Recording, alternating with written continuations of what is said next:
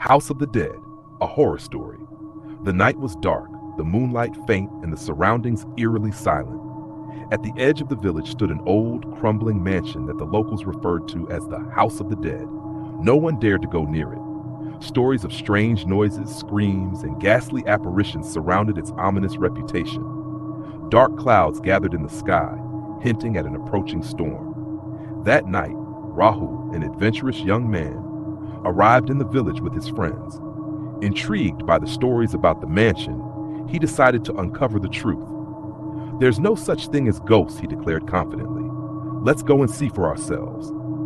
Though some of his friends hesitated, Rahul's boldness encouraged them to join him. The group of 5 made their way toward the mansion.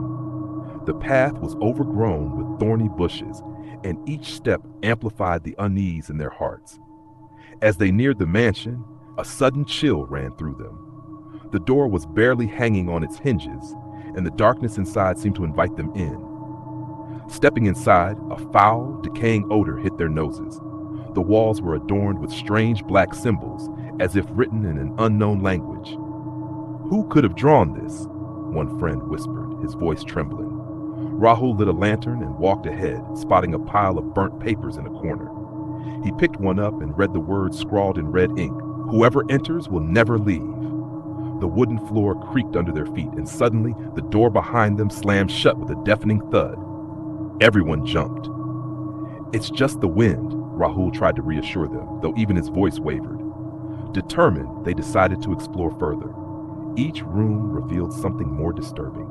In one, dusty old furniture stood untouched, except for an armchair with a shadowy imprint, as if someone had been sitting there moments ago. Fear began to creep into everyone's minds. One of the friends, Arjun, wanted to leave, but the door wouldn't budge. "We're trapped," someone whispered in panic. They climbed the stairs to the second floor, where they found a large mirror with dark red handprints smeared across it. Rahul stood before the mirror, but his reflection didn't mimic his movements. Instead, it stared back at him with a sinister expression. Suddenly, a dark figure appeared in the reflection, slowly stepping out of the mirror. Screams erupted, but their legs felt rooted to the floor. One by one, they started losing control of their senses. Arjun let out a terrified scream, but it abruptly stopped as his eyes turned white and he collapsed. The others huddled in a corner, but the darkness seemed to close in on them. Rahul picked up the lantern and shone its light on the eerie symbols on the walls. He realized they were part of some ancient ritual. "We need to finish this ritual to escape," he said, his voice steady despite the terror.